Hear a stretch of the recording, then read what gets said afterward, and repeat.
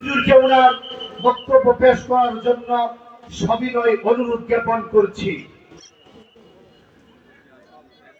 إن الحمد لله نحمده ونستعينه ونستغفره ونعوذ بالله من شرور أنفسنا ومن سيئات أعمالنا من يهده الله فلا مضل له ومن يضلله فلا هادي له ونشهد أن لا إله إلا الله وحده لا شريك له ونشهد أن سيدنا وحبيبنا ومولانا محمدا عبد الله ورسوله صلى الله عليه وعلى آله وصحبه وسلم الذي أكمل الله به قصر النبوة أي ختم الله به النبوة وحكم أن لا نبي بعده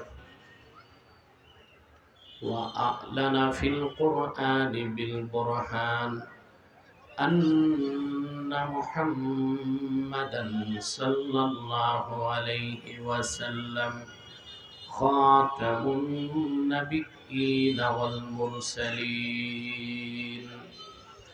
الذي أرسله بالحق بشيرا ونذيرا وداعيا إلى الله بإذنه وسراجا منيرا فقد قال الله تعالى في كلامه المجيد والفرقان الحميد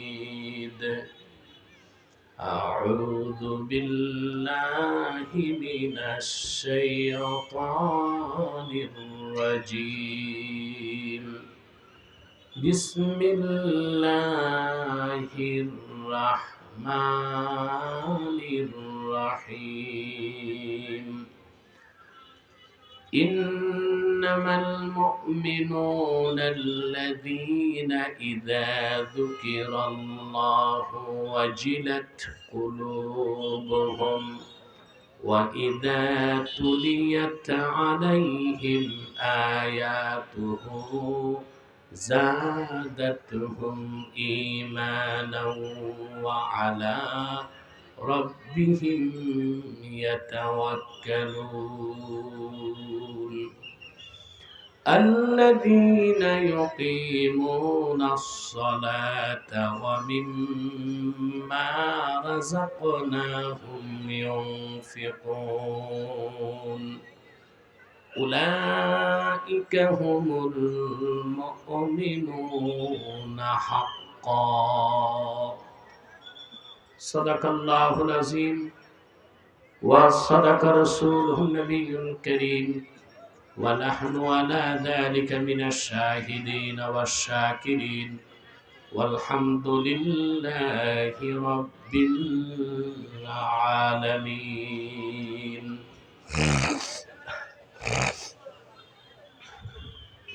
إن الله وملائكته يصلون على النبي يا أيها الذين آمنوا صلوا عليه وسلموا تسليما اللهم صل على mic তো হবে না, এটা হরেন বাজতে হবে তো। হরেনে আওয়াজ বাড়াও, স্পিকারে আওয়াজ দাও। আপনারা এতগুলো মানুষ দরুদ শরীফ পড়তেছেন, আওয়াজ নাই কেন? সমস্যা কি অসুস্থতা না কৃপণতা? একটা তো সমস্যা আছে। মহব্বতে বলুন আল্লাহুম্মা সাউন্ড ঠিক করো না। হরেন দুইটা বাজবে, আগে আসতে ঠিক করো না, বুঝা যাবে। হরেন দুইটা বাজবে, স্পিকার বাজবে। मेरा दिल तड़प रहा है, मेरा जल रहा है सीना, ये दवा वही मिलेगी, मुझे ले चलो मदीना। अल्लाहुम्मा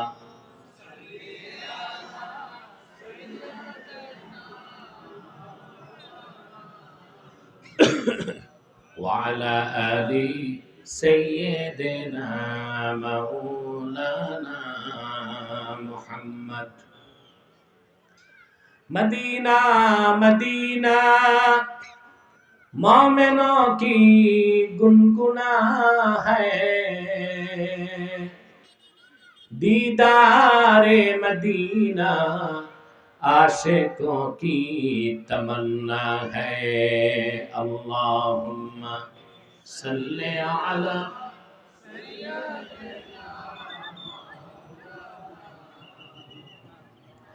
व अला आली।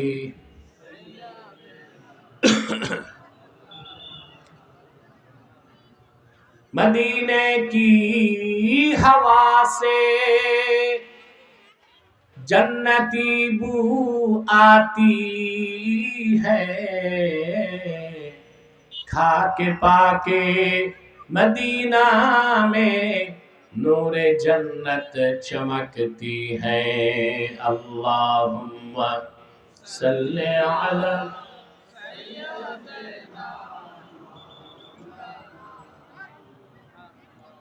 वाला आली सय्यिदिना।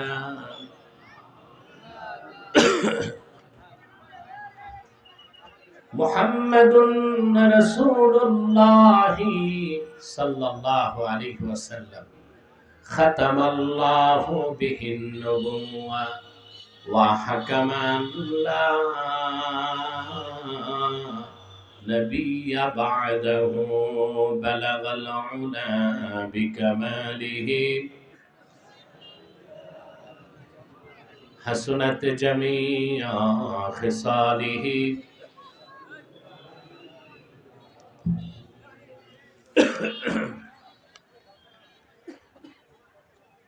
বগাদিয়া যুব সমাজের উদ্যোগে আয়োজিত আজকের এই 13তম তাফসীরুল কোরআন মাহফিলের সম্মানিত সভাপতি আলহাজ মাওলানা মনিরুজ্জামান বারাকাল্লাহু ফি উমরি, হাজারাত উলামায়ে কেরাম, তুলাবায়ে ইজাম, প্রচন্ড ব্যস্ততায় দুপুরবেলা কর্মব্যস্ত জীবনকে পরিহার করে আজকের এই মহতি মাহফিলে যারা উপস্থিত হয়েছেন, স্বেচ্ছায় সানন্দে স্বতঃস্ফূর্তভাবে মনের আনন্দে শুধুমাত্র আল্লাহর কোরআনের দুর্বার টানে প্রবল আকর্ষণে তাদের সকলকে অন্তরের অন্তঃস্থল থেকে জ্ঞাপন করছি মোবারক। সবটুকুন শুকরিয়া আল্লাহ সুবহানাহু ওয়া তাআলার জন্যে, যিনি আজকের বরকতপূর্ণ মাহফিলে আমাদেরকে আসার ও বসার তৌফিক মেহেরবানি করে ভিক্ষা দান করেছেন। সেজন্য আসুন আমরা সকলে একবার অবনত চিত্তে হৃদয়ের আবেগ অনুভূতি উজাড় করে সমবেত কণ্ঠে ইমান দীপ্ত কণ্ঠে একবার বলি আলহামদুলিল্লাহ।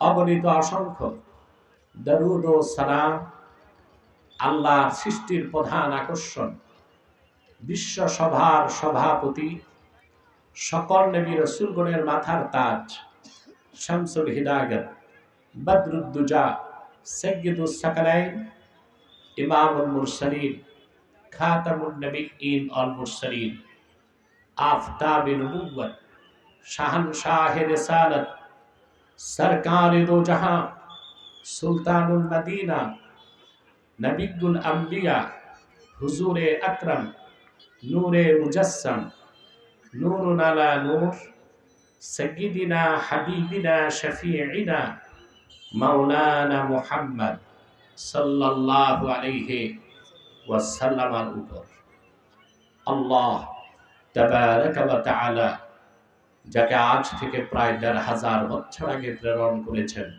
সর্বশ্রেষ্ঠ ও সর্বশেষ নবী ও রাসূল হিসেবে, যার পরে আজ পর্যন্ত পৃথিবীতে অবশ্যই কোনো প্রকার নবী কিংবা রাসূল অবশ্যই আসে নাই, অবশ্যই এখনো নাই, অবশ্যই কিয়ামত পর্যন্ত আসবে না। সম্মানিত সুধী, আপনারা দিনের বেলা মাহফিল দিলে একটু কষ্ট হয়, আপনাদের দোকানপাট বন্ধ রাখতে হয়, খেত খামার থেকে চলে আসতে হয়, ঠিক না? তারপরও রাতের মাহফিল থেকে দিনের মাহফিলে কিছু সুবিধাও বেশি থাকে। দূর থেকে আসা যায়, আবার দিন থাকতে বাড়ি ফিরা যায়, সুবিধাও আছে কিছু। মাইকের অবস্থা তো ভালো না, সেটেল করো। তুমি আমার কথাটা বুঝো আগে, মাইকম্যান। আমার দিকে তাকো, এদিকে আসো।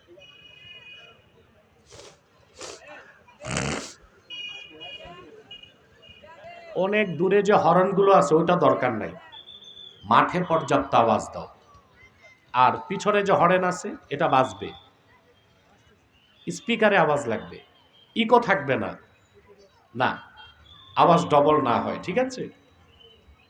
সম্মানিত সুধী, আপনাদের নিয়তটা খুব ছোট ছিল, প্যান্ডেলটা ছোট করছেন, আরো বড় দরকার ছিল, প্যান্ডেলটা ডবল হওয়া দরকার ছিল।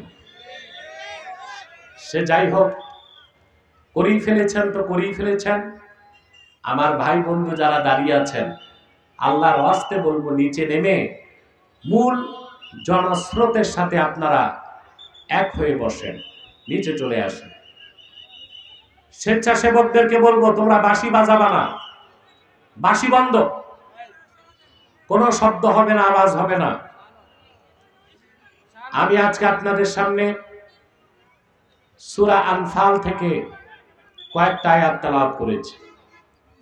খুব সংক্ষেপে এক অখান আয়াতকে কেন্দ্র করে নির্ভরযোগ্য মুফাসসির এবং মুহাদ্দিসগণের দৃষ্টিকোণ থেকে কিছু কথা আপনাদের সামনে তুলে ধরবো ইনশাআল্লাহ। প্রস্তুত আছেন না? ভূমিকাতে একটা কথা বলবো, আপনারা কেউ খেয়ে এসেছেন, কেউ না খেয়ে। মনে রাখবেন, খাদ্য দুই প্রকার। কয় প্রকার? মুহাক্কিকগণ বলেন আম্মাল গিযাউ ফাহুয়া নাওআন, খাদ্য দুই প্রকার। গিযাউন তাকুমু বিহিল আবদান, এক প্রকার খাদ্য যা খেলে স্বাস্থ্য ঠিক থাকে, সুঠাম হয়, শক্তিশালী হয়। না খেলে মানুষ ক্ষুধা লাগে, দেরি করলে মরে যায়। আরেক প্রকার খাদ্য গিযাউন তাকুমু বিহিল আরওয়াহ, যা গ্রহণ করলে রুহুটা শক্তিশালী হয়। আল্লাহ রাব্বুল আলামিন মানুষের দেহটা তৈরি করেছেন মাটির সারনির্যাস থেকে, সেজন্য দেহের সব খাদ্য আসে মাটি থেকে। চাল ডাল গম শাকসবজি ফল ফলাদি সব আসে মাটি থেকে, কিন্তু রুহুটা এসেছে আসমান থেকে, সেজন্য রুহুর খোরাকটাও এসেছে আসমান থেকেই।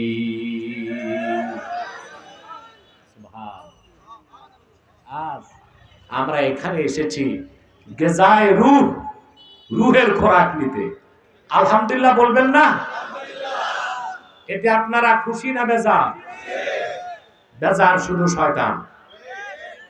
শয়তান বেজার, তার চেলা চামুন্ডারাও বেজার। অবশ্য এখন শয়তানের চেলাদের সংখ্যা কমছে, সেজন্য তার মাহফিলে বাধা নাই। আগে তো খুব বাধা হইতো, ঠিক না? অনুমতি লাগতো, এখন আর অনুমতি লাগে না। আলহামদুলিল্লাহ বলেন। বাউল গান কনসার্ট, 31st নাইট আর যাত্রা অনুষ্ঠানের অনুমতি লাগতো না। কোরআনের মাহফিল দিলেই অনুমতি লাগতো, শর্ত দিত 34টা। কতটা? যেন বিরক্ত হয়ে মানুষ মাহফিল করা ছেড়ে দেয়। কিন্তু ওরা জানতো না যে দেশের মানুষেরা আল্লাহর কোরআনের জন্য বুকের রক্ত ঢেলে দিতে জানে, হাজারো শর্ত দিয়ে আল্লাহর কোরআন থেকে তাদের বিমুখ করা যাবে না। এটা বুঝতে পারে নাই বলেই তো আল্লাহর গজবে পতিত হয়েছে। এই যে আপনারা বসছেন, খুশি আছেন? শয়তান তো বেজা, শয়তান আপনাদের ওয়াসওয়াসা দিবে। আমরাও নেক নিয়ত করে শয়তানের নাপাক গালে একটা চপেটা ঘাত করতে চাই, রাজি আছেন? আমরা নিয়ত করছি কিছুক্ষণ পরে আজকের মুনাজাত করে গুনাহ মাফ করে নিষ্পাপ বেহেশতি আল্লাহ ওয়ালা হয়ে বাড়ি যেতে চাই। কারা কারা হাত তুলে আল্লাহ তাআলাকে দেখা।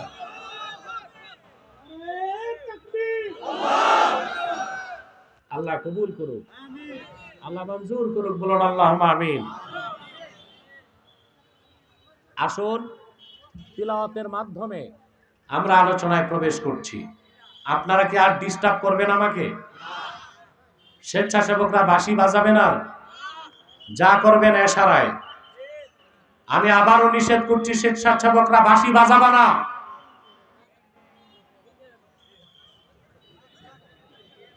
আর আপনারা যারা সড়কে দাঁড়িয়ে আছেন নিচে নামেন।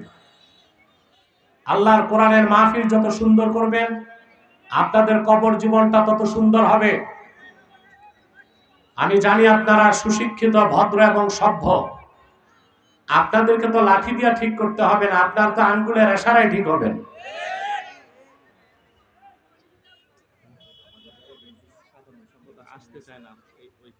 না, আমি আজকের বিশেষ অতিথি জনাব মাজহারুল ইসলামকে স্টেজে আসার অনুরোধ করছি। ওনাকে নিয়ে আসেন স্টেজে। না না, কোনো লজ্জা নাই, আমি বলছি আসতে। কিশোরগঞ্জ জেলা বিএনপির সাধারণ সম্পাদক জনাব মাজহারুল ইসলাম এসেছে, আলহামদুলিল্লাহ বলেন। আমরা তার জন্য দোয়া করব। তাকে স্টেজে নিয়ে আসেন। সম্মানিত সুধী, আসুন তিলাওয়াতের মাধ্যমে আমরা আলোচনায় প্রবেশ করি। কি বলেন?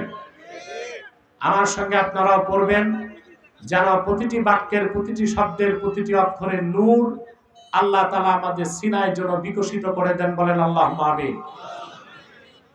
বলুন আউযু বিল্লাহি মিনাশ শাইতানির রাজীম। বিসমিল্লাহির রাহমানির রাহিম। ইন্নামাল মুমিনুনাল্লাযীনা ইযা যুকিরাল্লাহু ওয়াজিলাত কুলুবুহুম ওয়া ইযা তুলিয়াত আলাইহিম আয়াতুহু زادتهم إيمانا وعلى ربهم يتوكلون الذين يقيمون الصلاة ومما رزقناهم ينفقون أولئك هم المؤمنون حقا صدق الله العظيم قرون صدق الله العظيم وصدق رسوله النبي الكريم ونحن على ذلك من الشاهدين والشاكرين আলহামদুলিল্লাহি রাব্বিল আলামিন। আল্লাহ তাআলা সূরাতুল আনফালে নির্ভেজাল খাঁটি মুমিনদের চারিত্রিক বৈশিষ্ট্য তুলে ধরেছেন। বলেন সুবহানাল্লাহ। আমরা প্রত্যেকেই মুমিন দাবিদার, ঠিক না ভাই? নিজেকে মমিন মুসলিম মনে করি বলেই তো মাহফিলে এসেছি। কিন্তু কে মমিন কে মুসলিম এটা দাবি করার বিষয় না, এটা প্রমাণ দেবার বিষয়, ঠিক না? একমাত্র পৃথিবীর কল্যাণ, পরকালীন মুক্তি মমিনদের জন্য।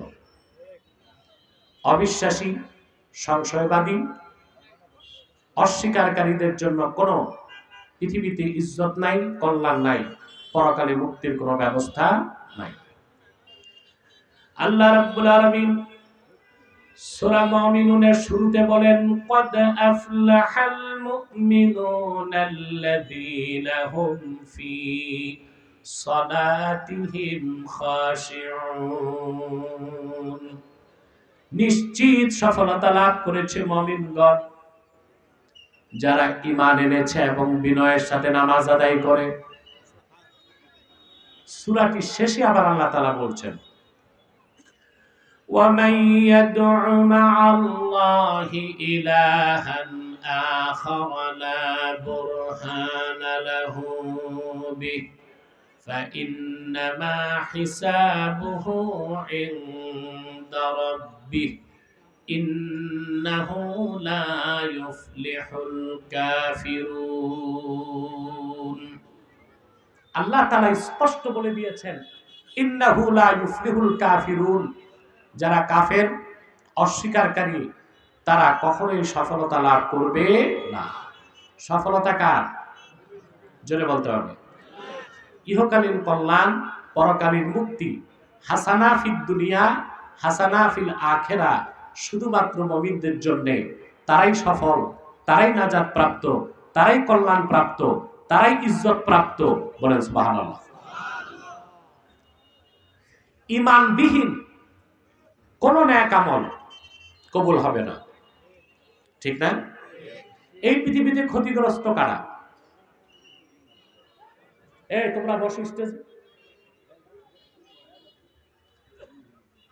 যশ আছে, নাম আছে, খ্যাতি আছে, বিত্ত বৈভব আছে, ডিগ্রি আছে, পড়াশোনা আছে, ঈমান নাই, এ লোকটা সফল না ব্যর্থ? আল্লাহ রাব্বুল আলামিন কোরআন কারীমে বলেন, কুল হাল নুনাব্বিউকুম বিল আখসারিনা আ'মালা আল্লাযীনা দাল্লা সা'য়ুহুম ফিল হায়াতিদ দুনিয়া ওয়া হুম ইয়াহসাবুনা আন্নাহুম ইউহসিনুনা সুনআ। আল্লাহ রাব্বুল আলামিন বলেন, প্রিয় হাবিব মুহাম্মদ সাল্লাল্লাহু আলাইহি ওয়াসাল্লাম, আপনি বলুন মানব জাতিকে, আমি কি তোমাদেরকে বলবো না এই আল্লাহর আকাশের নিচে সবচেয়ে ক্ষতিগ্রস্ত কারা? যারা ঈমানের নিয়ামত থেকে বঞ্চিত, কিন্তু দুনিয়া কামাই করলো, জীবনটারে খরচ করলো দুনিয়ার পিছনে, আর তার কাজগুলোকে, তাদের কাজগুলোকে তারা খুব ভালো মনে করলো, কিন্তু ঈমান নাই।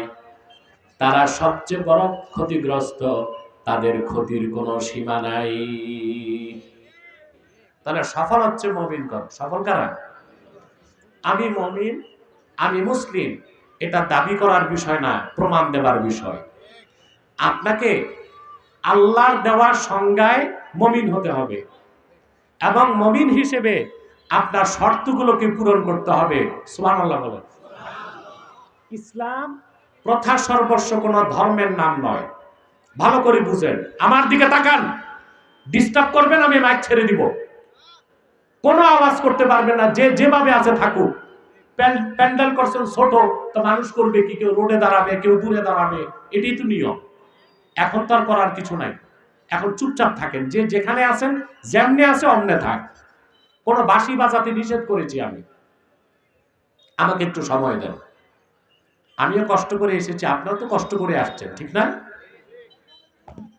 কথা শুনতেছেন তো? আল্লাহ মুমিনের যে সংজ্ঞা দিয়েছেন, ওই সংজ্ঞায় আপনি মুমিন হতে হবে। আল্লাহ মুসলিম হবার যে সংজ্ঞা দিয়েছেন, ওই ডেফিনেশনে আপনাকে মুসলিম হতে হবে। এটা দাবি করার কোনো বিষয়? আপনি দেখেন, হিন্দুদের মধ্যে যে লোকটা পূজা পার্বণ করে, নিয়মিত মন্দিরে যাতায়াত করে, রামকৃষ্ণকে বিশ্বাস না করলেও তাকে হিন্দু বলা যায়। যে লোকটা নিয়মিত গির্জায় যাতায়াত করে, বড়দিন পালন করে, সে লোকটা খ্রিস্টান, যদিও বাসায় জেসাস বা ঈসাকে বিশ্বাস করে না। ইহুদি ধর্মে যে লোকটা সিনাগগে যাতায়াত করে, সে যদি ডেভিডকে বা মসিকে, মুসাকে, দাউদকে বিশ্বাস না করে ইহুদি হতে পারে। যে লোকটা নিয়মিত প্যাগোডাতে যাতায়াত করে, গৌতম বুদ্ধকে বিশ্বাস না করলেও সে বৌদ্ধ হতে পারে। ইসলাম হচ্ছে এ সব কিছুর চেয়ে ভিন্ন এবং অন্য।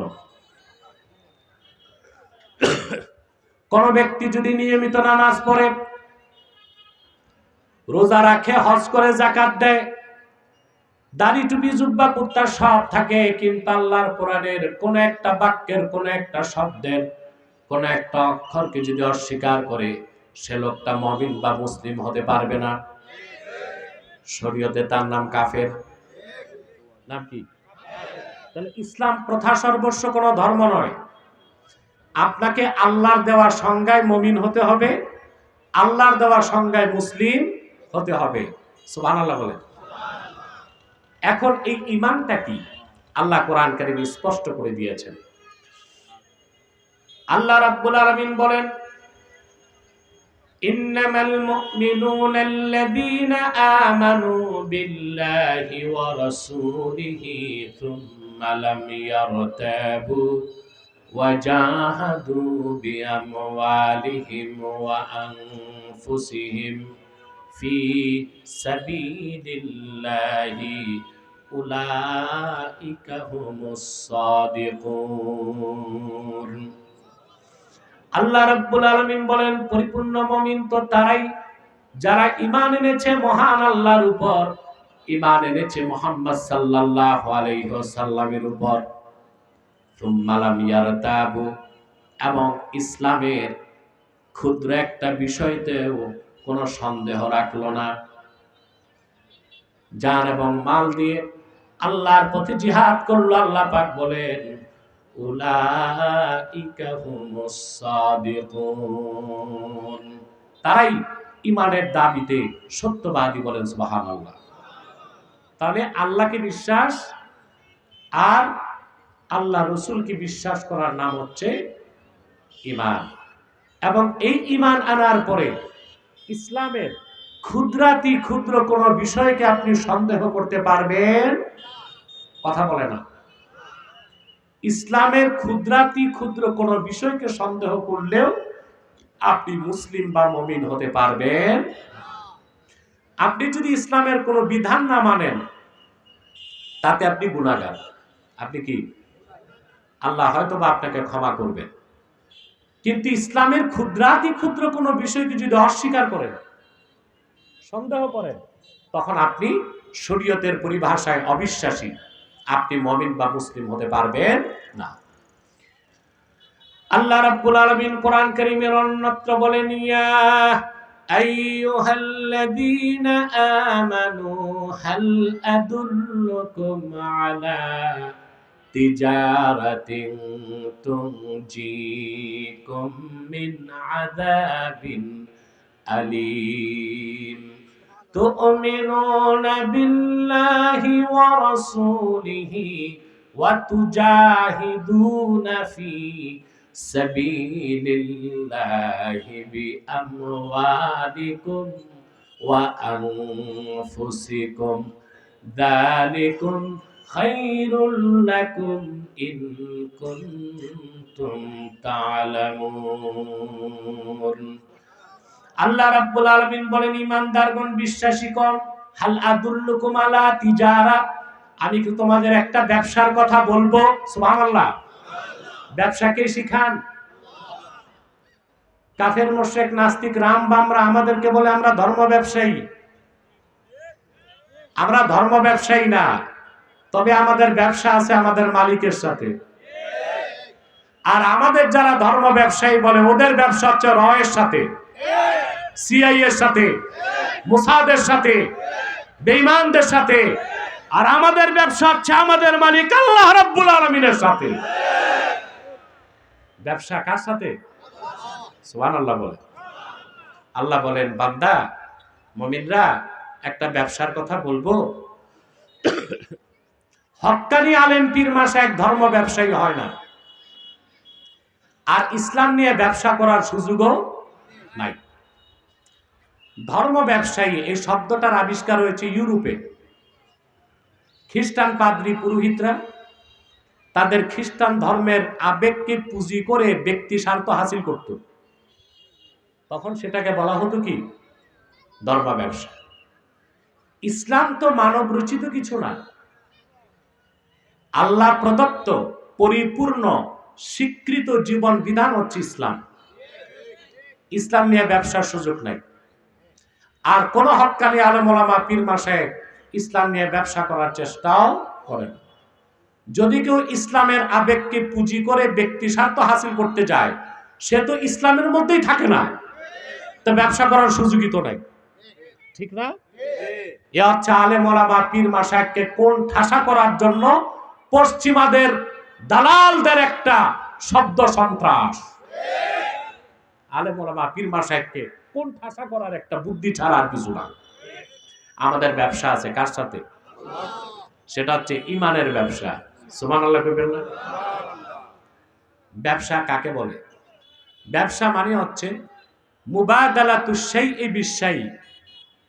ক্রেতা কিছু দিবে, বিক্রেতা বিনিময়। ব্যবসা কি? যদি বিনিময় না থাকে ওটা চাকরি। ওটা কি? আবার বিনিময় ছাড়া কিছু ব্যবসা আছে, যেমন জাকাত দালালি। কথা বলেন। এরা মাঝখান দিয়া ওই একজন জায়গা বিক্রি করছে 10 কোটি, আরেকজন কিনছে 12 কোটি দিয়া, মাঝখানে 50 লাখ দালালের পকেটে। এটা তো ব্যবসা না, এটা কি? দালালি। এখন এই দালালি জায়েজ কি না জায়েজ সেটা পরের কথা, কাজটা খুব একটা ভালো না। আরেকটা আছে বিনিময় ছাড়া পয়সা কামানো, এটা হচ্ছে ঘুষ, ঠিক না? তাহলে ব্যবসা কি? মুআওয়াজাতুশ শাই, বিনিময়। ক্রেতা কিছু দিবে, বিক্রেতা। আল্লাহ রাব্বুল আলামিন আমাদেরকে ইমানের ব্যবসা শিখাইলেন। আমরা যদি আল্লাহর উপর ঈমান আনি, তার হাবিব মুহাম্মদ সাল্লাল্লাহু আলাইহি সাল্লামের উপর ঈমান এনে দ্বীন ইসলামকে গ্রহণ করি, আল্লাহ বিনিময়ে আমাদেরকে জান্নাত দিবেন। সুবহানাল্লাহ বলবেন না? আমার ভাইরা, আল্লাহ তাআলা বলেন সেই ব্যবসা হচ্ছে তোমরা ঈমান আনবে আল্লাহর উপর এবং আল্লাহর রাসূল মুহাম্মদ সাল্লাল্লাহু আলাইহি সাল্লামের উপর। সুবহানাল্লাহ বলবেন না? তো ঈমান হচ্ছে আল্লাহর তাওহীদকে বিশ্বাস আর মুহাম্মদ সাল্লাল্লাহু আলাইহি সাল্লামের রিসালাতকে বিশ্বাস। সুবহানাল্লাহ বলবেন না? শুধু আল্লাহকে বিশ্বাস করার নাম ঈমান হবে? কথা বলেন। শুধু আল্লাহকে বিশ্বাস করলে ওটা ঈমান হবে? আমাদের মধ্যে অনেক পথভ্রষ্ট মৌলবী আছে যারা মধুর সাথে বিষ মিশায় মানুষের ঈমান নষ্ট করতেছে। বলে লা ইলাহা ইল্লাল্লাহ কালেমা না, কিয়ামত তো কেউ লা ইলাহা ইল্লাল্লাহ পড়লে মুসলমান হতে পারবে না, কিন্তু একবার যদি পড়ে আশহাদু আন্না মুহাম্মাদার রাসূলুল্লাহ, সে মুসলমান হয়ে যাবে। সুবহানাল্লাহ বলবেন? তো শুধুমাত্র আল্লাহকে বিশ্বাস করার নাম ঈমান না, আল্লাহর তাওহীদকে বিশ্বাস, মুহাম্মদ সাল্লাল্লাহু আলাইহি ওয়াসাল্লামের রিসালাতকে বিশ্বাস করার নাম হচ্ছে ঈমান। সুবহানাল্লাহ বলেন। এই ঈমান যখন আপনার চলে আসলো, তার মানে মুহাম্মদ সাল্লাল্লাহু আলাইহি ওয়াসাল্লামের রিসালাতকে বিশ্বাস করার অর্থ কি? তার অর্থ হচ্ছে মুহাম্মদ সাল্লাল্লাহু আলাইহি সাল্লাম আল্লাহর পক্ষ থেকে ১৫০০ বছর আগে যে কোরআন এনেছেন, এই কোরআনের প্রতিটি বাক্যের, প্রতিটি শব্দের, প্রতিটি অক্ষরকে বিনা প্রশ্নে চোখ বন্ধ করে নতমস্তকে বিশ্বাস করার নাম হচ্ছে ঈমান। এই ক্ষেত্রে কোনো কনসিডারেশন নাই। Any kind of consideration will not be accepted in ঈমান। ঈমানের প্রশ্নে কোনো কনসিডারেশন আল্লাহ কবুল করবেন না। কিন্তু আমলের ক্ষেত্রে তিনি ছাড় দিবেন। আমলের ক্ষেত্রে ছাড় দিবেন। আপনি আমল কম করবেন, আল্লাহ ইচ্ছে করলে আপনাকে মাফ করে দিবেন। কিন্তু আপনি যদি ঈমানের ক্ষেত্রে কিছুটা বাদ দেন, আপনি কখনো মুমিন হতে পারবেন না। এখন প্রত্যেকটা জিনিসের একটা আলামত আছে। কি আছে? মুনাফিকের কিছু আলামত প্রকাশ পায়, কাফেরদের আলামত প্রকাশ পায়, আপনি যে খাঁটি মুমিন তার আলামত কি? সেই কথাগুলি আল্লাহ সূরা আনফালে বলেছেন, ইন্নামাল মুমিনুনা আল্লাযীনা ইযা যুকিরাল্লাহু ওয়াজিলাত কুলুবুহুম। খাঁটি মুমিন তো তারাই, তাদের সামনে যখন আল্লাহর জিকির হয়, আল্লাহর ভয়টা তাদের অন্তরগুলো নরম হয়ে যায়। সুবহানাল্লাহ। খাঁটি মুমিন যারা, আল্লাহর জিকির হলে তাদের অন্তর কি হয়? নরম হয়ে যায়। এখন এখানে জিকির অর্থ কি এটা বুঝতে হবে। আমরা বাঙালি 88% মুসলমান জিকির বুঝি শুধু 2 ঠোঁটের জিকির। সকালে 10 মিনিট জিকির, বিকালে 10 মিনিট জিকির, আর সারাদিন সুদ খায়, ঘুষ খায়, এতিম ভাতিদার সম্পদ লুণ্ঠন করে, খেতের সীমানা ধাক্কায়, পাল্লায় ওজনে কম দেয়, খাদ্যে ভেজাল মিশায়, মিথ্যা সাক্ষী দেয়, লুটপাট করে, চাঁদাবাজি করে, টেন্ডারবাজি করে, দাগাবাজি করে, সন্ত্রাস করে, আর বিচার আচারে বসলে 2 দিক থেকে বাইপাস করে। এগুলো তো নাই এলাকায়, আছে।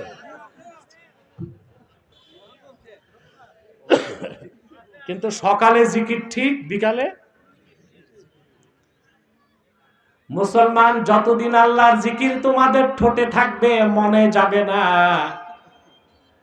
ততদিন তোমরা খাঁটি মুমিন হতে পারবে না। জিকির ঠোঁটে থাকতে হবে, মনেও। সুবহানাল্লাহ বলে। এখন এখানে জিকির অর্থ কি? আল্লাহ বলেছেন খাঁটি মুমিনগণ তাদের সামনে যখন আল্লাহর জিকির হয়, তাদের হৃদয়গুলো আল্লাহর ভয়তে নরম হয়ে যায়। সুবহানাল্লাহ বলে। এখানে জিকির অর্থ কি বুঝতে হবে। সমস্ত মুফাসসির এখানে অর্থ করেছেন, এখানে জিকির হচ্ছে আহকামুল্লাহ, আল্লাহর বিধিবিধান, আল্লাহ প্রদত্ত আইন ও কানুন। সুবহানাল্লাহ। সুবহানাল্লাহ। আল্লামা ইবনে কাসির রাহমাতুল্লাহি আলাইহি এই আয়াতের ব্যাখ্যা করতে গিয়ে লিখেন, ইন্নামাল মুমিনুনা আল্লাযীনা ইযা যুকিরাল্লাহ আই ইযা যুকিরা ইনদাহুম আহকামুল্লাহ ওয়াজিলাত কুলুবুহুম আই খাফাত কুলুবুহুম। খাঁটি মুমিন তারাই, তাদের সামনে যখন আল্লাহর বিধিবিধান উচ্চারিত হয়, আল্লাহর বিধান মানার জন্য তাদের অন্তরগুলো নরম হয়ে যায়। তাহলে সকাল সন্ধ্যার জিকিরটাই জিকির না আল্লাহর বিধানগুলোও জিকির? কথা বলবেন না। আল্লাহর বিধানগুলো কি জিকির? আল্লাহ কোরআন শরীফে অনেকগুলো বিষয়কে জিকির বলছেন। আল্লাহ তাআলা সালাতকে জিকির বলেছেন, তোয়াফকে জিকির বলেছেন, সাইকে জিকির বলেছেন, কোরআন তেলাওয়াতকে জিকির বলেছেন, কোরআন তেলাওয়াত শোনাকেও জিকির বলেছেন, ওয়াজ করাকে জিকির বলেছেন, ওয়াজ শোনাকেও জিকির বলেছেন। আবার আল্লাহ তার পক্ষ থেকে বান্দার জন্য যে আহকাম, যে কনস্টিটিউশন, যে সংবিধান, যে আইনে কানুন দিয়েছেন, সেটাকেও আল্লাহ জিকির বলেছেন। বলেন সুবহানাল্লাহ। ওই জিকিরটা কি বাংলাদেশে আছে নাকি? আছে? শরাবখোরকে 80 দোররা লাগাও, হুকুম কার? চোর চুরি করলে হাত কাটো, কার বিধান? জেনাকার যদি জেনা করে সাক্ষী প্রমাণে প্রমাণিত হয়, তাকে সঙ্গে সার করো, কার বিধান? ঘুষখোরকে অ্যারেস্ট করো, চাকরি থেকে বহিষ্কার করো, কার বিধান? কোন সতী সাধ্বী নারীকে কেউ যদি কলঙ্ক লেপন করে, তাকে হাদ্দে কাযাফ হিসেবে 80 দোররা লাগাও, কার বিধান? জোরে বলেন। যত বিধান আল্লাহ কোরআন শরীফে নাজিল করেছেন, এই বিধানগুলোকে আল্লাহ জিকির বলেছেন। খাঁটি মুমিন ছাড়া আল্লাহর এই বিধানগুলোকে কেউ মেনে নিবে না। যে মাঝে মধ্যে নামাজ রোজা করে, টুপি দাঁড়িয়ে আছে, কিন্তু দেখা যায় আল্লাহর বিধান মানতে প্রস্তুত না, ওই লোকটা মুনাফিক। ওই লোকটা কি? ও সমস্যা আছে। কোথায় সমস্যা? জোরে বলেন। মূল জায়গায় সমস্যা। মূল জায়গায় কি? দেখেন না আমাদের দেশে মুসলিম নামধারী অনেকে বলে, বড় গলায় বলে, কিসের শরীয়তের বিধান? দেশ চলবে মডার্ন আইনে। কিসের মডার্ন আইন আবার? ইংরেজরা যে আইনটা আপনাদেরকে দিয়ে গেছে এটা 196 বছরের পুরনো আইন। কত আপনারা জানেন? ইংরেজ আইনের উৎস কি? 600 বছর 700 বছর আগে ব্রিটেনে বিভিন্ন জঙ্গলি উপজাতিরা সামাজিক বিচারে যা রায় দিত, এগুলোই পরবর্তীতে ব্রিটিশ পার্লামেন্টে আইন হিসেবে স্বীকৃতি লাভ করছে। ব্রিটিশ আইনের উৎস হচ্ছে জঙ্গল, আর কোরআনের আইনের উৎস হচ্ছে লৌহে মাহফুজ। আমরা মূর্খ বাঙালি জঙ্গলি আইনটারে পছন্দ করলাম, কোরআনের আইনটাকে পছন্দ করলাম না। সারা দেশে এখন চলছে সংস্কারের স্লোগান, ঠিক না? কি দিয়া সংস্কার করবে? সেট আপ চেঞ্জ করলে তো হবে না, পলিসি চেঞ্জ করতে হবে। কি চেঞ্জ করতে হবে? তা আপনারা তো এতদিন মানব রচিত তন্ত্র মন্ত্র দিয়া দেশ চালায় দেখছেন, কোনো কাজ হয় নাই, হয়েছে? একটিবার তো জাতির উচিত আল্লাহর বিধান দিয়া দেশ চালাবার চেষ্টা করা। মানব রচিত আইন মানুষকে সাময়িক সুখ শান্তি দিতে পারে, স্থায়ী সাস্টেইনেবল ডেভেলপমেন্ট এবং সাস্টেইনেবল পিস, স্থায়ী সুখ ও শান্তি একমাত্র আল্লাহর শরীয়তের বিধান দিতে পারে। আজকে আপনারা দেখতেছেন আমেরিকার ক্যালিফোর্নিয়াতে আগুন জ্বলছে, দাবানল। এখন সমস্যা তো দুইটা হয়েছে, একদিকে দাবানলে ঘরবাড়ি পুড়তেছে, আরেকদিকে সেই সুযোগে আমেরিকার চোর চোরটারা ডাকাতি করতেছে। আইন কি করছে? কথা বলেন। বরং কোথাও কোথাও ছিনতাইকারীরা নিজ হাতে আগুন ধরায় দিচ্ছে, যেন চুরি চামারি আর ডাকাতি করতে পারে। অতএব এই যে আল্লাহর হুকুম, যে আহকামে শারঈয়া, এটাও হচ্ছে জিকির। এটাও কি? কার জিকির?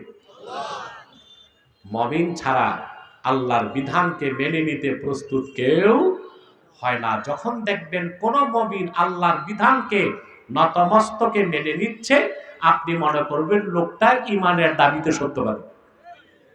2 নাম্বার, ওয়া ইযা তুলিয়াত আলাইহিম আয়াতুহু যাদাতহুম ঈমানা। আর তাদের সামনে যখন আল্লাহর কোরআনের তেলাওয়াত হয়, কোরআনের তেলাওয়াত তাদের ঈমানকে বহুগুণ বাড়ায় দেয়। সুবহানাল্লাহ। মুমিন হবার জন্য দ্বিতীয় শর্ত হচ্ছে কি? যখন আল্লাহর কোরআনের তেলাওয়াত হবে, ঈমান কি হবে? বেড়ে যাবে। আর যদি কোরআনের তেলাওয়াত শুনলে ভিতরে আগুন জ্বলে, তো বুঝতে হবে এটা মুনাফিক। এটা কি? মুনাফিক। আর কোরআনের তেলাওয়াত হলে যদি দেখা যায় ঈমান বাড়ে, তো বুঝতে হবে লোকটা ঈমানদার। লোকটা কি? ঈমানদার। ওয়া আলা রাব্বিহিম ইয়াতাওয়াক্কালুন। আর খাঁটি মুমিনগণ সর্বাবস্থায় তাদের মালিক আল্লাহর উপর ভরসা রাখে। তাওয়াক্কুল ছাড়া, আল্লাহর উপর পূর্ণ মাত্রায় ভরসা করা ছাড়া খাঁটি মুমিন হওয়া যায়? সুবহানাল্লাহ। তাওয়াক্কুল কার উপর হবে? আমরা তাওয়াক্কুলের ওয়াজ করি যারা, তাদেরও কিন্তু 100% তাওয়াক্কুল থাকে না। থাকে। একজন খাঁটি মুমিনের ঈমান যত মজবুত হবে, আল্লাহর প্রতি তার তাওয়াক্কুল তত মজবুত হবে। আল্লাহ রাব্বুল আলামিন তাওয়াক্কুল শিখাতে যে কোরআন কারীমে 25 জন পয়গম্বরের ইতিহাস তুলে ধরেছেন। আল্লাহর পয়গম্বর কিভাবে বিপদের চরম মুহূর্তে তাওয়াক্কুল করতেন, আল্লাহর উপর ভরসা করতেন, সেই দৃষ্টান্তগুলো আল্লাহ কোরআন শরীফে তুলে ধরেছেন।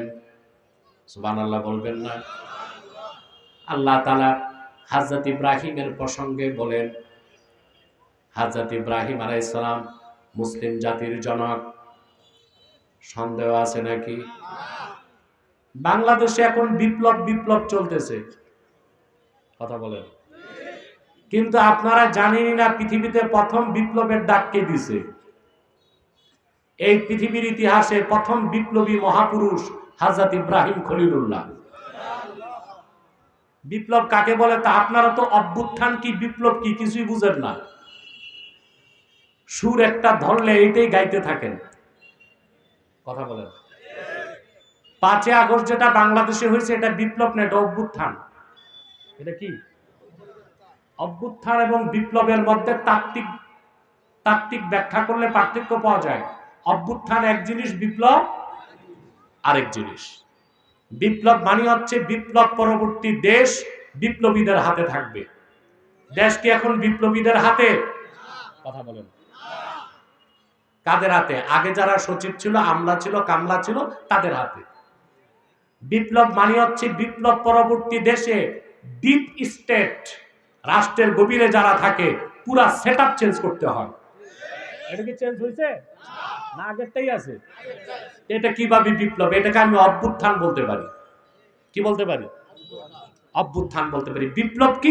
বিপ্লবের সংজ্ঞা হচ্ছে স্রোতের প্রতিকূলে সত্যের ঝান্ডা হাতে অবিচল দাঁড়িয়ে যাবার নাম বিপ্লব। আবার বলছি, স্রোতের প্রতিকূলে সত্যের ঝান্ডা নিয়ে অবিচল দাঁড়িয়ে যাবার নাম বিপ্লব। সেই পৃথিবীর ইতিহাসে প্রথম বিপ্লব করেছেন ইব্রাহিম আলাইহিস সালাম। ওনার বাড়ি ছিল ইরাকের বাবেলে। বাবেলকে ইতিহাসে এখন লেখা হয় ব্যাবিলন। কি বলা হয়? এটা ইরাকে। কোথায়? ইরাকে।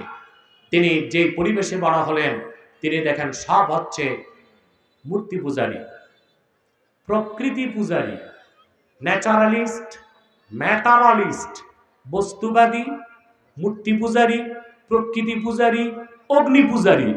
আল্লাহর তাওহীদের বিশ্বাস কারো নাই, শুধু ইব্রাহিম আলাইহিস সালামের।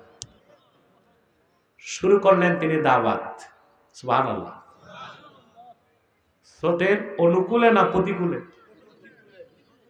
প্রথমেই তিনি দাওয়াত দিলেন তার আত্মীয় স্বজনকে। বললেন, তোমরা মহান আল্লাহর ইবাদত বাদ দিয়া এই হাতে তৈরি করা যেগুলোরে খোদা বলো, এই সব তো বেহুদা। ওরা মানতে চাইল না। উনি যুক্তি দিলেন, প্রমাণ দিলেন, সব কিছুর পর মানতে চায় না। এবার তিনি শুরু করলেন বিপ্লব। এই কোরআন সাক্ষ্য দেয়, সূরা আম্বিয়া। সুবহানাল্লাহ বলেন। হযরত ইব্রাহিম বললেন, তাল্লাহি লা আকিদান্না আসনামাকুম বা'দা আন তুওয়াল্লু মুদবিরিন। আল্লাহর কসম, আমার দাওয়াতকে তোমরা গ্রহণ করো নাই। তোমরা এখান থেকে পশ্চাৎপদ হলেই আমি তোমাদের এই হাতে বানানো মূর্তিগুলোর ব্যাপারে চূড়ান্ত সিদ্ধান্ত নিব। ওরা সব চলে গেল। তিনি একটা শক্ত কুঠার হাতে নিলেন, তারপর শুরু করলেন মূর্তিগুলো ভাঙ্গা। সবগুলো মূর্তির নাক নকশা ভেঙ্গে আল্লাহ কোরআনে বলেছেন, ফাজআলাহুম জুজাদান ইল্লা কাবীরাল লাহুম লাআল্লাহুম ইলাইহি ইয়ারজিউন। সবগুলো মূর্তির নাক নকশা মানচিত্র পাল্টায়া বড় মূর্তির মাথায় কুড়ালটা বেঁধে দিছে। সুবহানাল্লাহ বলবেন না? এর নাম কি? জোরে বলতে হবে, এর নাম কি? বিপ্লব। ওরা সব আসছে সকালবেলা, এসে দেখে ওদের কল্পিত খোদাগুলোর অবস্থা বেকায়দা, একটাও আর দাঁড়ায় নাই। তারা বললে, এই কাজটা কে করছে? পৃথিবীতে যারা বিপ্লব করে তারা গোপন থাকতে পারে না। লোকেরা বলল, আমাদের এলাকায় একজন যুবক আছে, ইউকালু লাহু ইব্রাহিম, লোকেরা তারে ইব্রাহিম বলে ডাকে। এই রকম কাজ সে ছাড়া কেউ করতে পারে নাই। হযরত ইব্রাহিম পৃথিবীতে প্রথম বিপ্লব করে দেখায় দিয়েছেন। সুবহানাল্লাহ বলবেন না? তা আমরাও কি ইসলামের পক্ষে বিপ্লবের জন্য প্রস্তুত আছি? সমস্যা এক জায়গায়। ইসলামের পক্ষে বিপ্লবের কথা বললেই পশ্চিমাদের মদতপুষ্ট দালালরা বাংলাদেশে বলে এটা এক্সট্রিমিজম, বলে দে আর এক্সট্রিমিস্ট, এরা চরমপন্থী। মানে ইসলামের স্বার্থে গরম হইলেই চরমপন্থা।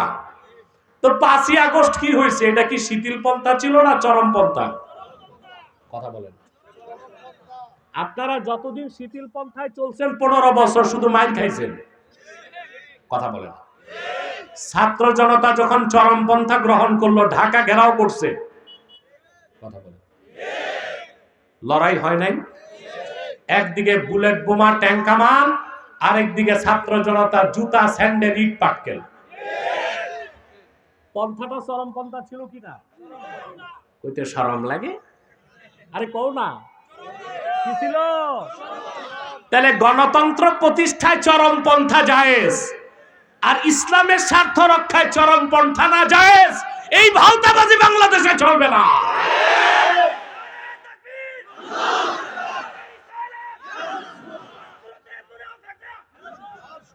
আমার ভাইরা, ইব্রাহিম আলাইহিস সালাম আমাদের শিক্ষা দিয়েছেন, চরমপন্থা ছাড়া বিপ্লব কখনো হয় না। ইসলাম 3টা পন্থাই দিছে, কখনো চরমপন্থা, কখনো মধ্যপন্থা, কখনো শিথিল পন্থা। তবে ইসলামে উগ্রপন্থা নাই, সন্ত্রাস নাই। চরমপন্থা এক বিষয়, উগ্রপন্থা সন্ত্রাস আরেক বিষয়। আমি বুঝাতে পারলাম? এগুলো আপনাদের দেশের মৌলবী সাহেবরা বলবে না। কেন বলবে না? কারণ ওরা বিপ্লবী হইতে পারে নাই। তবে সবাই যে বলে না তা না, আলেমদের মধ্যে বাংলাদেশে অনেক সিংহ পুরুষও আছে, আলহামদুলিল্লাহ। আমি চাই তাদের সংখ্যা বাড়ুক, তাদের সংখ্যা। যুবকরা প্রস্তুত আছো? আল্লাহর দ্বীনের স্বার্থ রক্ষায় যদি বিপ্লবের প্রয়োজন হয়, কারা কারা রাজি আছো হাত তুলে দেখাও।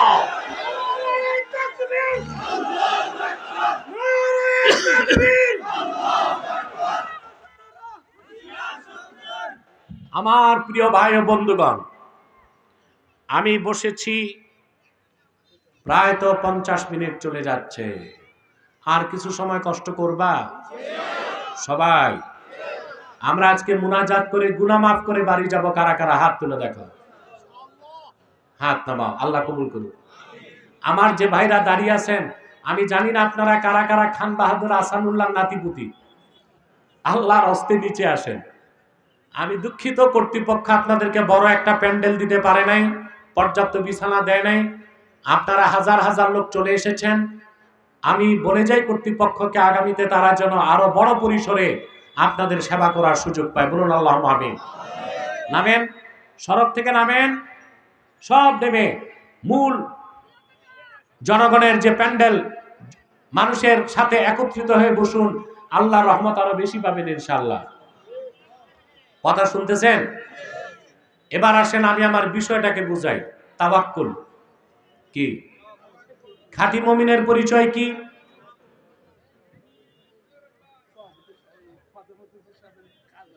যান, ঠিক আছে, আমি দোয়া করব। আপনাকে ধন্যবাদ, আপনি এসেছেন, আমি দোয়া করে দেব।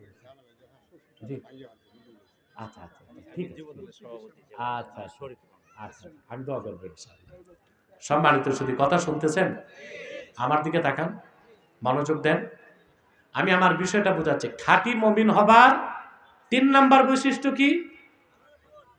প্রথম বৈশিষ্ট্য, আল্লাহর বিধানকে মানতে প্রস্তুত থাকে। 2 নাম্বার বৈশিষ্ট্য, কোরআনের তেলাওয়াত হলে ঈমান। 3 নাম্বার বৈশিষ্ট্য, সর্বাবস্থায় তাওয়াক্কুল করে কার উপর? সুবহানাল্লাহ কইবেন না? হযরত ইব্রাহিম মূর্তিগুলো ভাঙলেন, খবর চলে গেল নমরুদের কাছে। নমরুদ ক্ষেপে বলল, এই দুঃসাহসকে দেখালো, বলে যুবক ইব্রাহিম। এবার নমরুদ তার মন্ত্রী পরিষদ নিয়ে বসছে, হযরত ইব্রাহিমকে কি শাস্তি দেওয়া যায়। মন্ত্রী পরিষদ সিদ্ধান্ত নিল, তাকে আগুনে জ্বালিয়ে হত্যা করা হোক।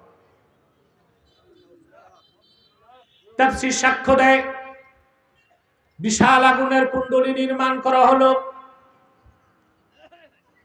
আগুন দাউ দাউ করে জ্বলছে। হযরত ইব্রাহিমকে আগুনের কুণ্ডলীর কাছে নিয়ে যাওয়া হলো। কাসাসুল কোরআন ইবনে কাসির লিখেছেন, নমরুদের শাসনামলে একজন প্রকৌশলী ছিল, তার নাম ছিল হুজান। কি নাম? সে নমরুদকে একটা যন্ত্র বানায় দিল, কাঠের কামান। ওটার নাম এসেছে কিতাবে মিন জানিক। কি নাম? কাঠের কামান। এর বহুবচন মাজানিক। এই কাঠের কামানে হাত পা বেঁধে হযরত ইব্রাহিমকে বসায় দেওয়া হয়েছে। সামনে বিশাল আগুনের কুণ্ডলী, দাউ দাউ করে আগুন জ্বলছে। কাঠের কামান ঘুরানো শুরু হয়ে গেল।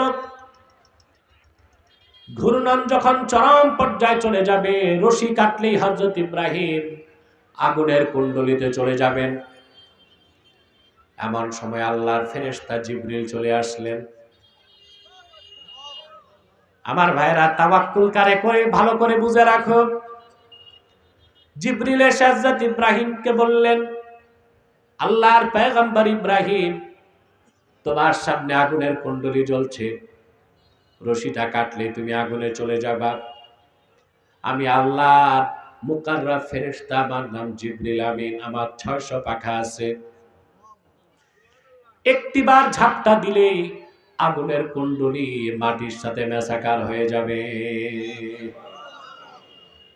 আলাকা হাজাতুন ইয়া ইব্রাহিম, ইব্রাহিম তোমার সাহায্যের প্রয়োজন হলে আমাকে বলো। আল্লাহর পয়গম্বর ইব্রাহিম খলিলুল্লাহ বললেন, জিবরিল অবশ্যই সাহায্যের প্রয়োজন আছে, কিন্তু তোমার কাছে আমার প্রশ্ন, হাজাতুন ইলাইকা ও ইলাল্লাহ, সেই সাহায্যের প্রয়োজনের আবেদনটা তোমার কাছে করব, না যে আল্লাহর ভালোবাসায় আগুনের কুণ্ডলীতে যাচ্ছে সেই আল্লাহর কাছে করব?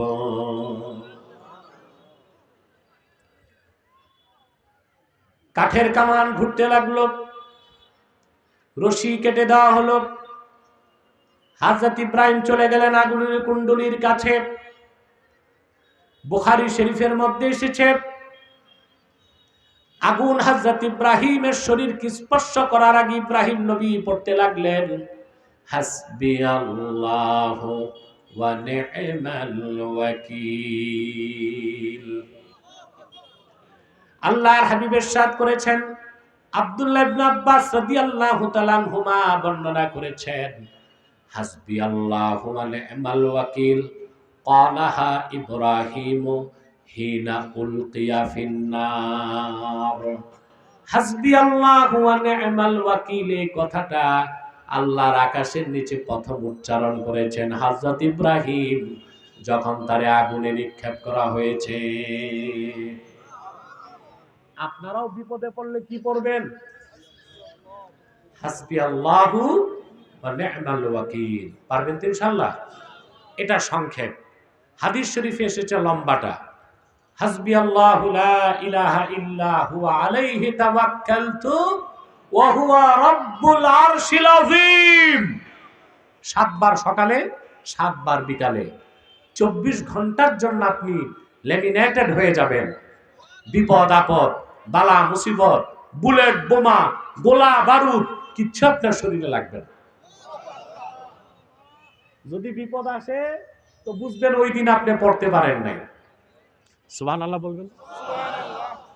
কয়বার পড়বেন? 7 বার সকালে, 7 বার সন্ধ্যায়। এই দোয়াটা হাসবিয়াল্লাহু ওয়া নি'মাল ওয়াকিল প্রথম কে পড়ছেন? নমরুদ এবং তার লোকজন অপেক্ষায় আছে, হযরত ইব্রাহিমের মৃত্যুর প্রহর গুনছে। কাসাসুল কোরআন ইবনে কাসির লিখেন, নমরুদ যাকে বাবা বলতো, আজার ছিল তার নাম। প্রাসাদের ছাদের উপর দাঁড়ায়া আজার আগুনের দিকে তাকায় দেখলো আগুনের লেলিহান শিখার নিচে সবুজ বাগান। হযরত ইব্রাহিম সেখানে হাঁটতেছেন। দুঃখ করে আজার বলল, নে'মার রাব্বু রাব্বুকা ইয়া ইব্রাহিম। হায় আফসোস রে ইব্রাহিম, আমরা তোমারে আগুনে নিক্ষেপ করলাম, কিন্তু তোমার রব কত উত্তম রব, তিনি ছাড়া আসলেই কোনো রব নাই।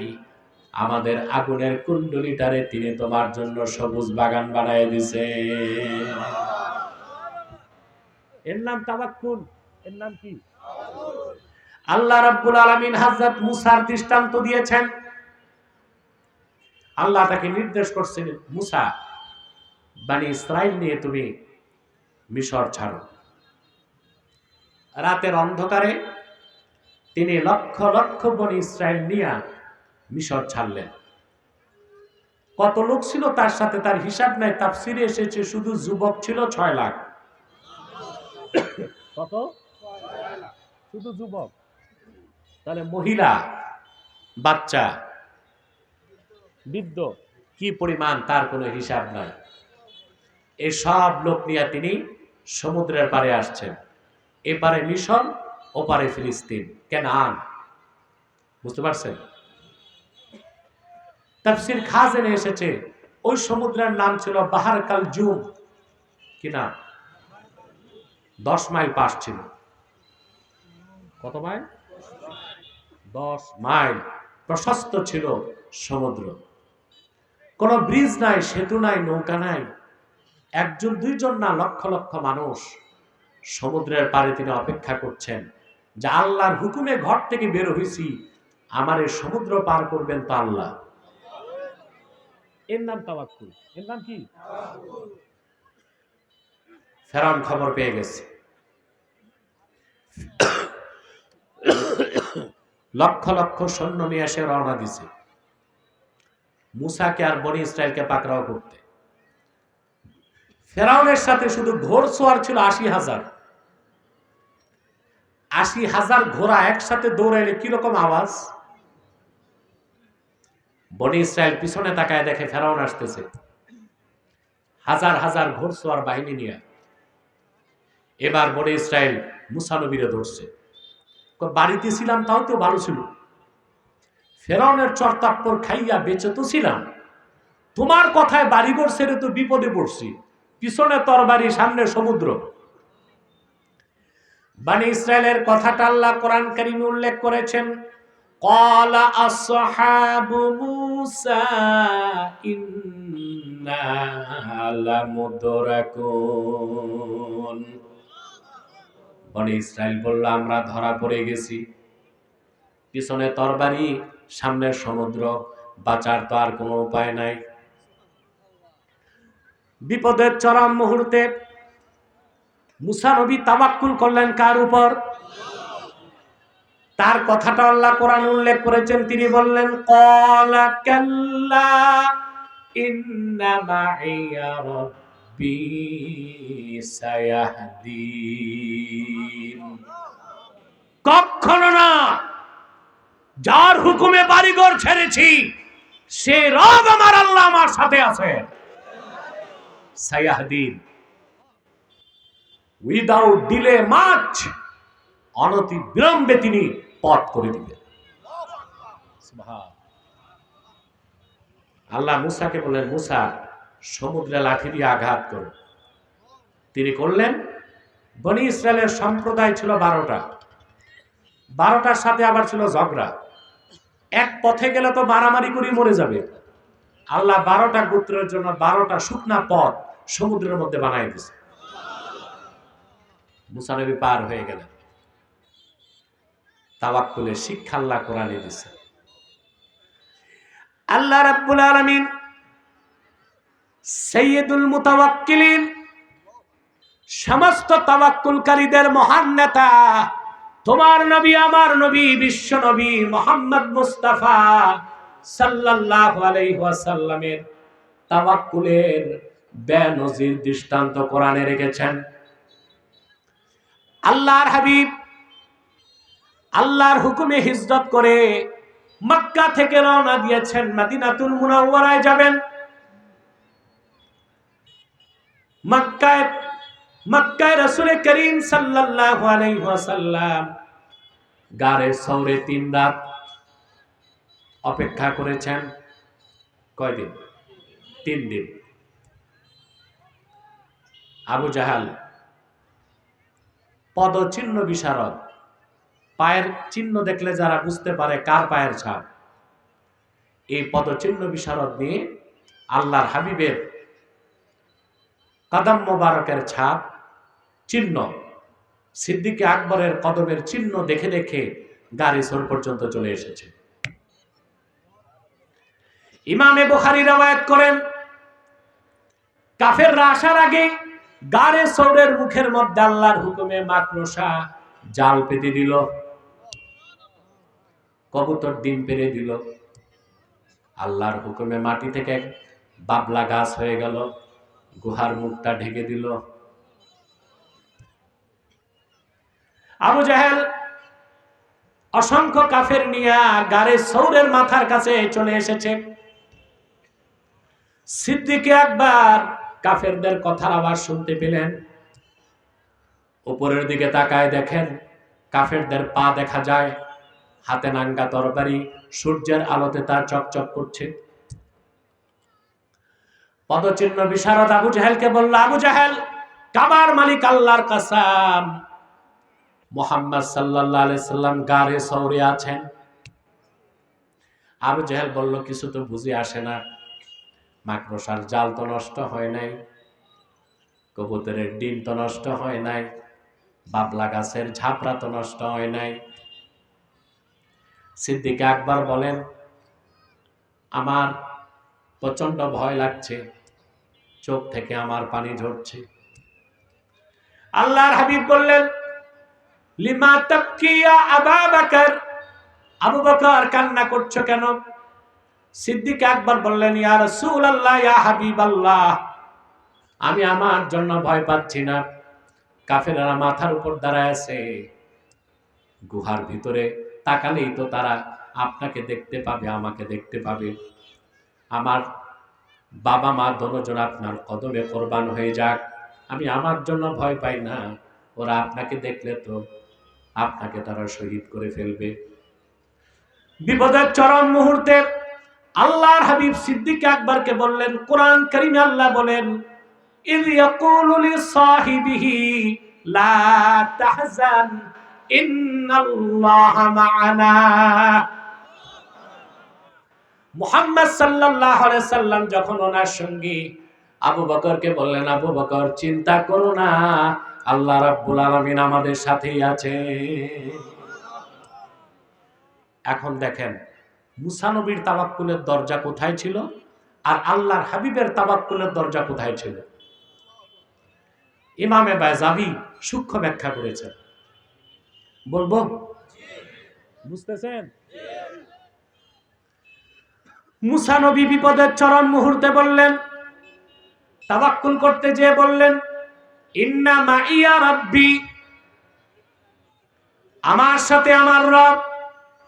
আর আল্লাহর হাবিব বললেন, ইন্নাল্লাহা মা'ানা, আবু বকর আল্লাহ আছেন আমাদের সাথে। দুই বাক্যে অর্থে কতটুকু পার্থক্য দেখেন। মুসা নবী বলেছেন, ইন্না মাইয়া রাব্বি, আমার সাথে আছেন আমার রব। আর আল্লাহর হাবিব বলেছেন, ইন্নাল্লাহা মা'ানা, আল্লাহ আছেন আমাদের সাথে। ইমামে বাইজাবি বলেন, তাওয়াক্কুল ধরতে যে মুসা নবী বিপদের চরম মুহূর্তে আল্লাহকে স্মরণ করার আগে নিজের কথা মনে করেছেন। তিনি বলেছেন, ইন্না মাইয়া রাব্বি, আমার সাথে আছেন আমার রব। কিন্তু বিপদের চরম মুহূর্তে আল্লাহর উপর তাওয়াক্কুল করার সময় আল্লাহর হাবিব নিজের কথা পরে মনে করেছেন, আগে স্মরণ করেছেন আল্লাহর কথা। সেজন্য রাসূলুল্লাহ বলেছেন, ইন্নাল্লাহা মা'ানা, আল্লাহ আছেন আমাদের সাথে। সুবহানাল্লাহ। আল্লাহর হাবিব নূর নবীজি মুহাম্মদ সাল্লাল্লাহু আলাইহি সাল্লাম ১,৫০০ বছর আগে ওনার উম্মতকে তাওয়াক্কুল শিক্ষা দিয়েছেন। এই তাওয়াক্কুলের আবার স্তর আছে। কি আছে? যে মুমিনের ঈমান যত মজবুত তার তাওয়াক্কুলের দরজা তত। সুবহানাল্লাহ বলেন। আবু দাউদ শরীফের হাদিস, এক ব্যক্তি আল্লাহর হাবিব সাল্লাল্লাহু আলাইহি ওয়াসাল্লামের কাছে এসেছেন, এসে বলেন, ইয়া রাসূলুল্লাহ সাল্লাল্লাহু আলাইহি সাল্লাম, আমি কিন্তু উট বাঁধি নাই, আল্লাহর উপর তাওয়াক্কুল করছি।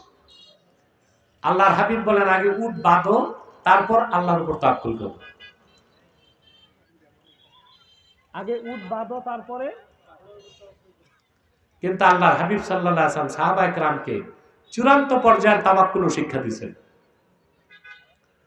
সুনান ইবনে মাজার হাদিস, আল্লাহর হাবিব সাহাবায়ে কেরামকে বলেছেন, লাউ আন্নাকুম তাওয়াক্কালতুম আলাল্লাহি হাক্কা তাওয়াক্কুলিহি লারাযাকাকুম কামা ইয়ারযুকুত তায়র তাগদু খিমাসাও ওয়া তারুহু বিতানা।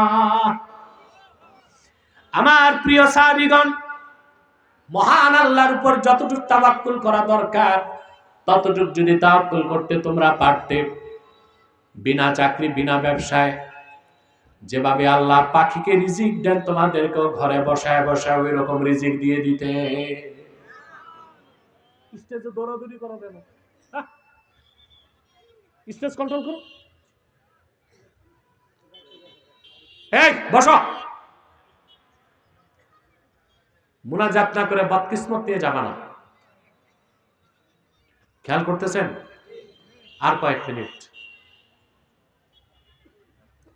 আর কয়েক মিনিট। কষ্ট হবে না তো? আমি জানি আপনার অধিকাংশ লোক না খেয়ে এসেছেন, আর আমিও ল্যান্ড করার পর কোথাও খেতে যাই নাই, শুধু 2 রাকাত যোহর নামাজ পড়ছি, ঠিক না? আমি যদি খেতে বসতাম, আমাকে বলছিল কমিটি, তাহলে কিন্তু 40 মিনিট চলে যেত। আপনার ঠকতেন না?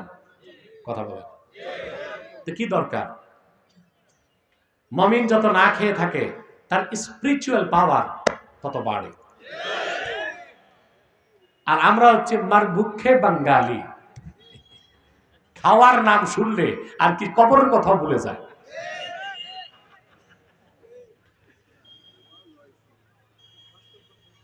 আল্লাহর হাবিব বলেছেন, লাউ আন্নাকুম তাওয়াক্কালতুম আলাল্লাহি হাক্কা তাওয়াক্কুলিহি লারাযাকাকুম কামা ইয়ারযুকুত তায়র তাগদু খিমাসাও ওয়া তারুহু বিতানা।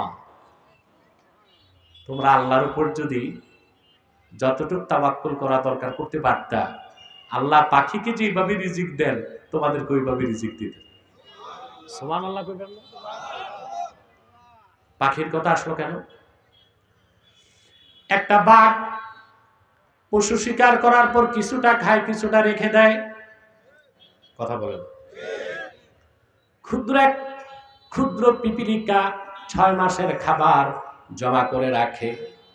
আল্লাহ সৃষ্টির মধ্যে পাখি এমন একটা প্রাণী যে রিজিকের জন্য শুধুই আল্লাহর উপর তাওয়াক্কুল করে। দেখেন না, শীতকাল আপনাদের কিশোরগঞ্জ, ওইদিকে সুনামগঞ্জ, নেত্রকোনায় অতিথি পাখি আসতেছে। সুবহানাল্লাহ কইবেন। কোত্থেকে আসছে এগুলো? সাইবেরিয়া থেকে। সাইবেরিয়া, আলাস্কা, আজারবাইজান, বুঝতে পারছেন? চেচনিয়া, যেখানে এখন তাপমাত্রা কম, প্রচন্ড শীত, এখন সাইবেরিয়াতে তাপমাত্রা এখন হচ্ছে -71 ডিগ্রি সেলসিয়াস। 4 ডিগ্রি সেলসিয়াসে বরফ হয়, এরপর 3, এরপর 2, এরপর 1, এরপর -1। ওখানে -71। ওখানে ঘর বানাইতে কাঠ লাগে না, বরফ কেটে ঘর বানায়। সুবহানাল্লাহ কইবেন। পাখিগুলো ওখানে খাবার দাবার পায় না, শীতকালে মরে যাবে। আল্লাহর উপর এত তাওয়াক্কুল, আল্লাহ তাদের বুদ্ধি দিয়েছেন। 11,000 কিলোমিটার পথ পাড়ি দিয়ে বাংলাদেশে এসে পেটটা ভরে 2 মাস মিঠা পানির মাছ খাইয়া আবার দেশে চলে যায়। সুবহানাল্লাহ কইবেন না? বাংলাদেশে মাছ আছে, কেমনে যাবে, কেমনে ফিরবে, শিখাইছেন কে? قال ربنا الذي أعطى كل شيء خلقه ثم هدى। আমাদের রব তো তিনি, যিনি প্রত্যেকটা সৃষ্টিকে আলাদা আলাদা ভিন্ন ভিন্ন আকৃতি দিয়েছেন, আর প্রত্যেকটা সৃষ্টিকে বেঁচে থাকার জন্য পথ দেখায় দিয়েছেন। কি দেখাই দিচ্ছেন? মুরগির বাচ্চা ডিম থেকে বের হয়, ডিম থেকে যখন মুরগির বাচ্চা ফুটে, প্রথম দিনে হাঁটে না, কথা বলে না, দৌড়ায় না। মানুষের বাচ্চা তো 2.5 বছর কোলেই রাখতে হয়, আর ওটা প্রথম দিনেই। সুবহানাল্লাহ কইবেন না? দৌড় শিখাইছে কে? চিল যখন ছো মারতে আসে, মায়ের পাখার নিচে আশ্রয় নেয়, কে শিখাই দিছেন? অপরদিকে দেখেন, হাঁসের ডিম থেকে বাচ্চা ফুটে, প্রথম দিনেই পুকুরে সাঁতার কাটে, কে শিখাই দিছেন? একটা প্লেন চলার জন্য কত কিছু লাগে, লাগে না? অথচ একটা পাখি 11,000 কিলোমিটার দূর থেকে আসে, ওরে পথঘাটকে দেখায়। সুবহানাল্লাহ বলবা না? এই যে এখন অত্যাধুনিক প্লেন ড্রিম লাইনার 380, একটা প্লেনের দাম 1450 কোটি টাকা। কত? একটা প্লেনের মধ্যে 400-450 যাত্রী বসে, 12 জন ক্যাবিন ক্রু, 3 জন pilot, pilot, captain, copilot. সামনে যে ককপিট, ওখানে যে ব্যবস্থা আপনি চিন্তা করতে পারবেন না, অন্তত 3-4 হাজার সুইচ আছে। 380 কিলোমিটার দূরে তুফান আসলে প্লেন দেখতে পায়। কত? ঢাকা থেকে প্লেনটা আকাশে উড়ে অস্ট্রেলিয়া যাবে মনে করেন, ঢাকা থেকে তার কাছে সব আছে, তারপরও তাকে প্রত্যেকটা দেশের এটিসি, এয়ার ট্রাফিক কন্ট্রোল, তাকে গাইড করে। কি করে? এত উপরে থাকো, এতটুক ডানে যাও, এত বামে যাও, এত নিচে আসো, আরেকটা আসতেছে, দুইটা যদি আকাশে ঠকাঠক লাগে তাই তো হইছে কাম। বাংলাদেশের সীমানা পার হলে বার্মার এয়ার ট্রাফিক কন্ট্রোল তাকে গাইড করে। অস্ট্রেলিয়া যাচ্ছে মনে করে, তারপর থাইল্যান্ডের এয়ার ট্রাফিক কন্ট্রোল তাকে কন্ট্রোল করবে, তারপর সিঙ্গাপুর এয়ার ট্রাফিক কন্ট্রোল, তারপর ইন্দোনেশিয়া এয়ার ট্রাফিক কন্ট্রোল, তারপর অস্ট্রেলিয়ার এয়ার ট্রাফিক কন্ট্রোল। এত সহযোগিতা নিয়ে প্লেনটা অস্ট্রেলিয়া ল্যান্ড করলো। কিন্তু মনে করেন কুয়াশা, এই বিজ্ঞানের শ্রেষ্ঠ আবিষ্কার প্লেন মুখ থুবড়ে এয়ারপোর্টে বসে থাকবে, সব অচল। অথচ একটা পাখি 11,000 কিলোমিটার পথ পাড়ি দিয়া বাংলাদেশে আসে, কি ঝড়, কি তুফান, কি কুয়াশা, কেউ তারে ঠেকাইতে পারে না। বাংলাদেশে আবার সে যশোর যায় না, রংপুর যায় না, চিটাগাং যায় না, ও জানে কোথায় ভালো ভালো মাছ আছে। আহারে, কোরআন হাদিস পড়লে কেউ নাস্তিক হয় না, আল্লাহর কুদরতের সামনে মাথাটা নত করে দেয়। আল্লাহু আকবার। আপনারা বলতে পারলেন না আল্লাহু আকবার। অনেকে ভুল উচ্চারণ করে বলে আকবার, এটা কুফর। বার হচ্ছে শয়তানের নাম। বার কি? আপনারা মুয়াজ্জিনরা আযান দিতেও ভুল করেন, বক্তারাও অনেক সময় ভুল করে। উচ্চারণটা কি আকবার বলবেন? আল্লাহু আকবার বলেন, আল্লাহু আকবার, আল্লাহু আকবার। যদি কোনো মুয়াজ্জিন আকবার বলে, তার আযান দেওয়া জায়েজ নাই, তাকে বহিষ্কার করতে হবে। এগুলো আলেমদেরকে মনে রাখতে হবে। সম্মানিত সুধী, তাহলে যে কথাগুলো বলছিলাম, পাখি রিজিকের জন্য কার উপর ভরসা করে? মানুষ না খায় মরলেও কোন পাখি না খায় মরে? সুবহানাল্লাহ করবেন না?